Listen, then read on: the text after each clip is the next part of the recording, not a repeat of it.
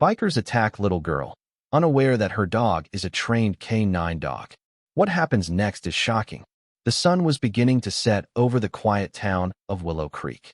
The sky burned orange and pink, casting long shadows over the nearly empty streets. 8-year-old Emily Carter was walking home from the park, her loyal German shepherd, Max, trotting beside her. Max wasn't just any dog. He was a retired canine police dog, trained in protection, tracking, and combat. But to Emily, he was her best friend, always by her side, keeping her safe. As Emily hummed a tune and kicked a small rock along the sidewalk, she didn't notice the sound of approaching engines.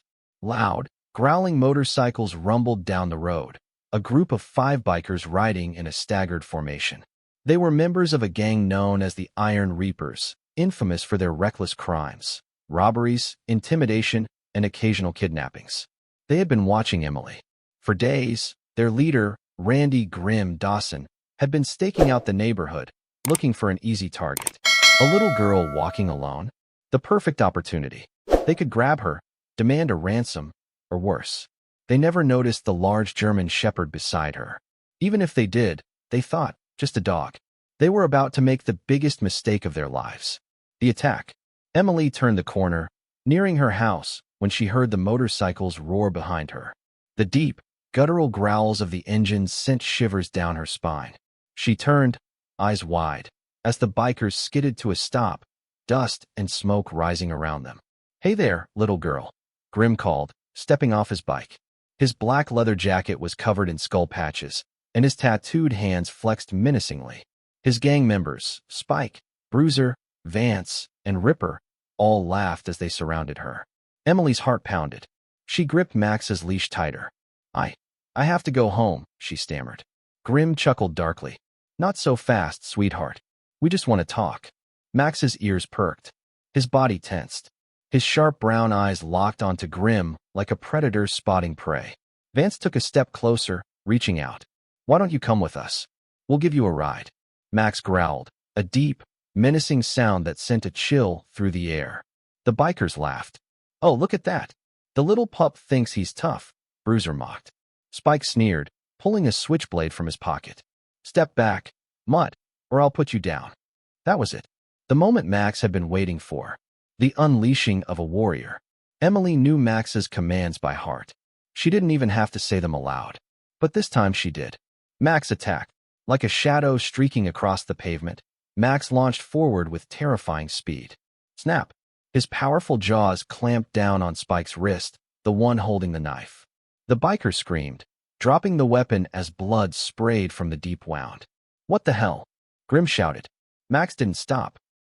With lightning-fast reflexes, he twisted and tackled Bruiser, knocking him flat onto the pavement. The burly man let out a strangled yell as 45 kilograms of trained muscle pinned him down, snarling in his face. Ripper pulled a steel chain from his belt and swung it at Max. The dog dodged effortlessly, leaping straight for his throat. "Get him off me!" Ripper screamed, falling backward as Max's teeth tore into his jacket and flesh. Now, the gang was in full panic mode. The tables turned. Emily grabbed her whistle, a special one that her dad, a police officer, had given her. She blew it hard. It was a high-pitched sound, one that would signal help from any officer nearby. At that exact moment, sirens blared in the distance. "Cops! We gotta go!" Vance yelled, scrambling to his feet. He tried to grab Grim's jacket, but Grim was frozen in shock, watching as Max ripped into Ripper's sleeve like a wolf taking down prey. In the next minute, the flashing red and blue lights of police cruisers flooded the street. Max finally released Ripper, who clutched his arm, groaning in pain. He didn't even try to run. Bruiser was still pinned to the ground, too terrified to move. Spike was on his knees, holding his bleeding hand. 2 officers jumped out of their cars, Officer Carter and his partner, Detective Lopez. "Max, stand down," Officer Carter commanded. Immediately, Max released his grip and sat beside Emily, his chest still rising and falling with intensity. But he never looked away from the bikers, still prepared to attack if necessary.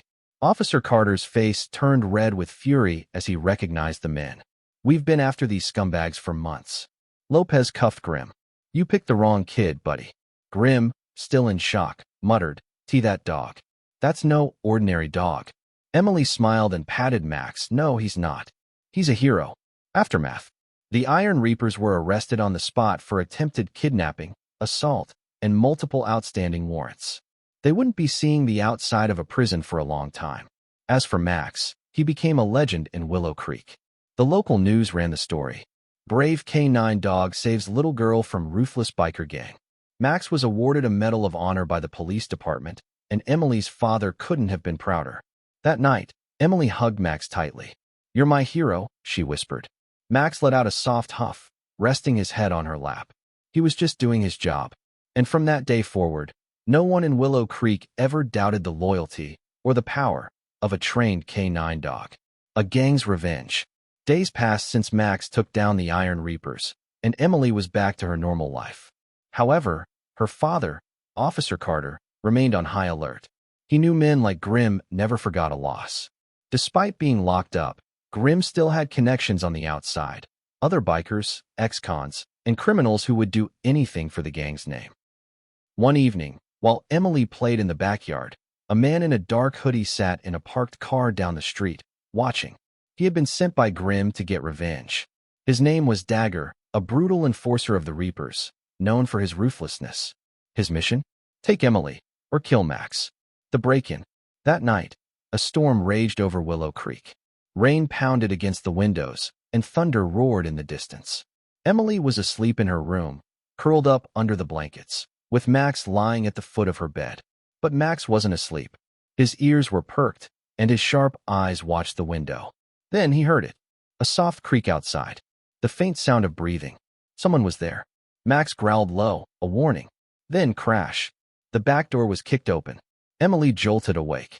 Max leapt off the bed, barking fiercely as he sprinted toward the noise. Footsteps thundered through the hallway. A dark figure rushed inside, a masked man with a knife. Emily screamed. The fight for survival. Dagger lunged, aiming straight for Max with his blade. But Max was faster. With lightning speed, he dodged the attack, twisted midair, and clamped his powerful jaws on Dagger's arm. "Arg!" Dagger screamed as Max yanked him to the ground, teeth digging deep into his flesh. The knife clattered to the floor. Dagger tried to shake Max off, but the K9 was relentless, trained to never let go until commanded. Hearing the screams, Officer Carter burst into the room, gun drawn. "Freeze!" he roared. Dagger had no escape. Blood dripping from his arm. He tried to crawl backward, but Max still had him pinned. The officer stepped forward. "Max, stand down." The moment the command was given, Max let go, but remained in a fighting stance, watching Dagger's every move. Carter grabbed the thug and slammed him against the wall, cuffing him. "You picked the wrong house, punk." The end of the Reapers. After his arrest, Dagger confessed everything. He had been sent by Grimm, who, even from jail, had ordered his gang to attack Emily's family. This information led to a major police crackdown on the remaining members of the Iron Reapers. With Grimm's influence crumbling, the gang was completely dismantled. Max had saved Emily's life once again. A hero's recognition. A week later, the mayor of Willow Creek held a special ceremony in front of the entire town. Max was officially honored for his bravery. Emily placed a medal around Max's neck, smiling proudly. "You're the best dog in the world." Max wagged his tail, happy just to be by Emily's side. No one would ever doubt it again. He wasn't just a dog. He was a warrior. A new threat rises. The Iron Reapers had been wiped out, their leader Grimm locked away, and their enforcer Dagger rotting in prison. Emily, her father, and Max finally felt safe again. But evil never truly disappears. Deep in the heart of a neighboring city, a new figure emerged. Viper, the former second-in-command of the Iron Reapers. He had been in hiding while Grimm's empire fell, but now he was back, and he wanted revenge. Through secret meetings with other outlaw gangs, Viper reassembled what was left of the Reapers. But this time, he wasn't just after money or power. He was after the ones who destroyed his brothers. The kidnapping. Emily had started attending self-defense classes, inspired by Max's bravery. Her father wanted her to be prepared for anything, but she never expected to face real danger so soon. One afternoon, as Emily walked home from school, Max trotting beside her, a black van pulled up. The door slid open fast, and before Emily could react, two masked men grabbed her.